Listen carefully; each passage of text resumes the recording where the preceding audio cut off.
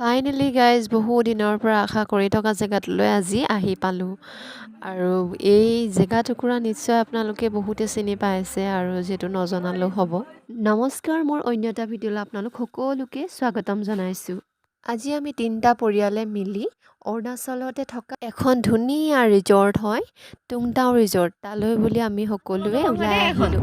আৰু দেখা পাইছে আগফালে আমাৰ বেটা আছে, ভাগিন বেটা, আৰু আমি এয়া নামচাইত নামি এখন ৰেষ্টুৰেণ্টত খাই ল'লোঁ, পেট পূজা কৰি ল'লোঁ আৰু আহি আমি ফাইনেলি গন্তব্যস্থান পাই গ'লোঁ।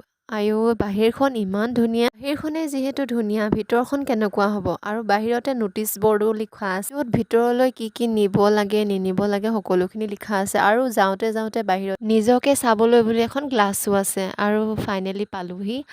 ভিউ চাওকচোন ইমান ধুনীয়া। এনেই মানুহে ইয়ালৈ নাহে, বৰ দূৰ দূৰণিৰ পৰা ইয়ালৈ মানুহ আহিছে। যিহেতু অৰুণাচলৰ পৰিৱেশ চাবৰ কাৰণে, উপভোগ কৰিবৰ কাৰণে বাহিৰৰ পৰা মানুহবিলাক আহে। বহু দূৰৰ পৰা, গুৱাহাটীৰ পৰা অহা লগ পাইছোঁ আমি, মাকুমৰ পৰা লগ পাইছোঁ, এফালে গোলাঘাট, বহুত দূৰৰ পৰা মানুহ আহিছে। আৰু এইফালে চাওকচোন, আৰু এইফালে ভাইটি ভাগিন বেটা কি ফূৰ্তি কৰিছে। ইমান সুন্দৰ পৰিৱেশৰ মাজত এটা শ্ল' mo ভিডিঅ' নবনোৱাকৈ নোৱাৰিলোঁ।